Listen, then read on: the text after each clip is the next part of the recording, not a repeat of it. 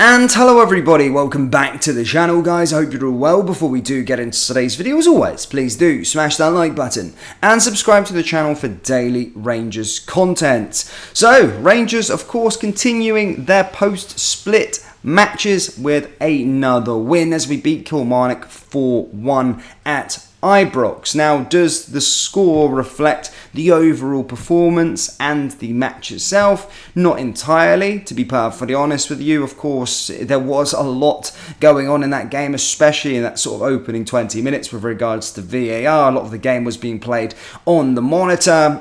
To give you my thoughts on the sort of penalty decision that was given by VAR that was overturned. Really looking back at it, I do think the referee was correct with that decision. But of course, we then do get a penalty in that game. Of course, there was a red card, which I do think is a red card. He did stop a goal scoring opportunity with his hand, and of course we do get the penalty in that game. But before that, we give away the goal.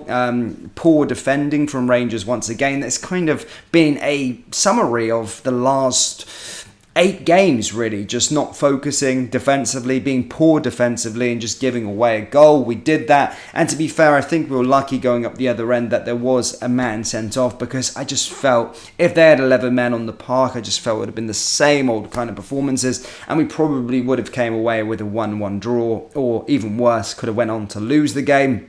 So I think we were lucky, of course, that they did go down to 10 men, because I didn't really see us overturning it. But look, have it said that we've managed to score 4 goals following the sending off and missing the penalty, of course. Fabio Silva getting onto the score sheet. He scored 4 goals now and doing this. Disgrace, don't like that sort of stuff and that attitude that he's currently got at this moment in time. And then of course Tom Lawrence, an absolute screamer that he scored. And yeah, good to see us getting goals for a change. It's good to see us actually score more goals in a game than just winning matches by 1-0 or 2-1 or these kind of matches where it's super nervy towards the end of the game. It was quite good to kind of sit back, relax, enjoy my pint in the pub and watch the game and not be super nervous with the outcome. Look, it was 4-1. We managed to not really close the gap on the goal difference because Celtic won 3-0. So really we just kind of counter it. It's still 5 goals behind. But we can do that going into the Old Firm derby. Look, it's 3 points. I'm happy with it.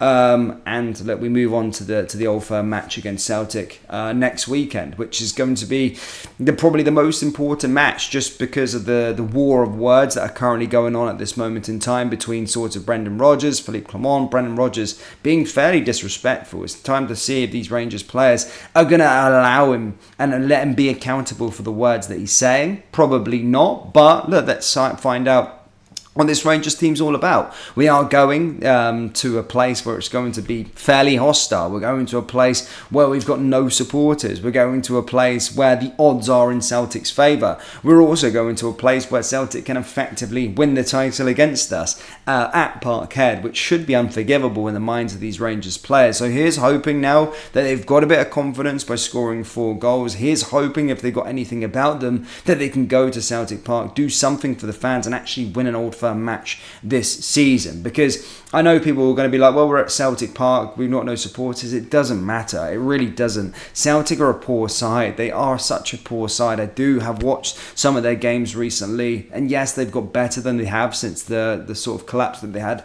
throughout the season, but they're still a poor side. They're still a side that can be exploited. They're still a side that we can go on and beat. They're not the Celtic of old. They're not the Celtic sides over the last sort of 3-4 years, what we've seen and where they've been fantastic. This Celtic side is very, very ordinary, and this Rangers players have got something about them. They'll go to Parkhead and put in their best ever performance. That's what is needed, the best ever performance, and try and overturn this, get level on points, and try and chop down that goal difference and see if we ever stand a chance going into the final 2 games of the Scottish Premiership and going on to win the title. That's what's needed, and here's hoping these players have something about them to get the job done. I do have my reservations, of course, just because I don't think we've actually played well for, it feels ages, honestly. It feels like since that Hearts 5-0 game, I don't think we've played a good game of football, genuinely. So I do have my reservations, of course. But look, of course, going to be behind the team. Here's hoping that they can prove me wrong, prove a lot of the supporters wrong, and prove to us that they can try and get something out of this, especially after what Brendan Rodgers has been saying this week. But yeah, In other news, guys, it was the sort of PFA Scotland Player of the Year awards yesterday, and obviously Rangers player did, or Rangers man player, of course, did get an award. That, of course, Rabble Matondo for the goal of season against Celtic in that 3-3 encounter that everybody knows about. However, Jack Butland, despite him, of course, potentially or being in the shortlist for Player of the Year, and a lot of fans maybe thinking that he would get the Player of the Year awards, he did lose out to Lawrence Shankland as he won the Player of the Year award. And then, of course, we didn't get any other awards in the men's game, as, of course, the manager of the season was John McGlynn of Falkirk, as they went unbeaten in Scotland's third tier. And then, of course, the Young Player of the Year award was David Watson of Kilmarnock. On the women's side of things, though, the Player of the Year was Rachel Rowe. Joe Potter won the Manager of the Season for the women's game. The Young Player of the Year award was Mia McCauley for Rangers also. So there you go, a lot of Rangers awards from the girls side of things, but in the men's game it was only Rabble Matondo who won goal of the season, and I do think he thoroughly deserved it because the manner of what that goal meant, but also the goal was absolutely fantastic. And I always said, to be fair, to beat a goal from open play in an Old Firm match, that Barry Mackay one was always my favourite, but Rabble Matondo's one certainly rivals that for the best open play Old Firm goal that I've kind of seen in my lifetime. So yeah, very interesting on that one indeed. Now guys, we are coming towards the end of the season, and whilst our eyes and focus is on the game next week and the remaining games in the Scottish Premiership, transfer news is rife. It's speculation is cutting about. We did bring you news that John Lundstrom, it seemed as though, had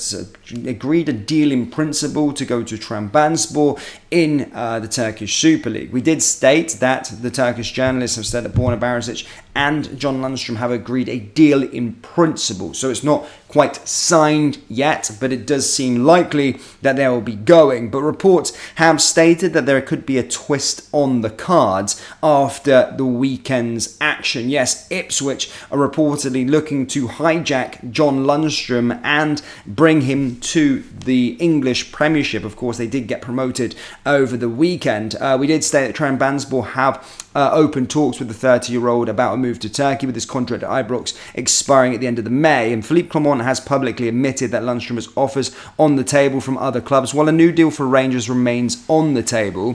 The Rangers man has been a key player during his 3 years in Glasgow, having joined under Steven Gerrard. Clement has already vowed to never let such a pivotal player get to this sort of situation again under his watch. Now reports down south claim that Ipswich Town are the latest team who are prepared to make a move for Lundstrom in a potential hijack. Kieran McKenna wants to add top-flight experience to his team ahead of their assault on the richest league in the world next term, and Lundstrom fits that bill perfectly. No decision has been made by Lundstrom at his stage, while he remains focused on helping Rangers to achieve a domestic treble this season. Should he join Ipswich, he'll join fellow ex-Rangers player George Edmondson. Ipswich hasn't played in the Premier League since 2001-2002. They have achieved back-to-back promotions, having won League One last term. So, of course, he has a decision on his hands. I do think he's not going to be staying at Rangers, and reports stating in Turkey that he's agreed a deal in principle. It probably looks like he's going to Trabzonspor, but Ipswich reportedly looking to lure him down south to the Premier League. This is not the first time I've seen this report. I've seen this appear over the last couple of weeks. So yeah, there could be a bit of a fight on his hands, and he'll probably go to the one that pays the most. But Rangers fans, do let me know your thoughts on their performance yesterday. Let me know your thoughts on John Lundstrom, and also let me know your thoughts on the Player of the Year awards down there in the comment section below. That brings us to the end of today's video. As always, please do smash that like button and subscribe to the channel for daily Rangers content. Thank you, and I'll see you next time. Take care. Peace.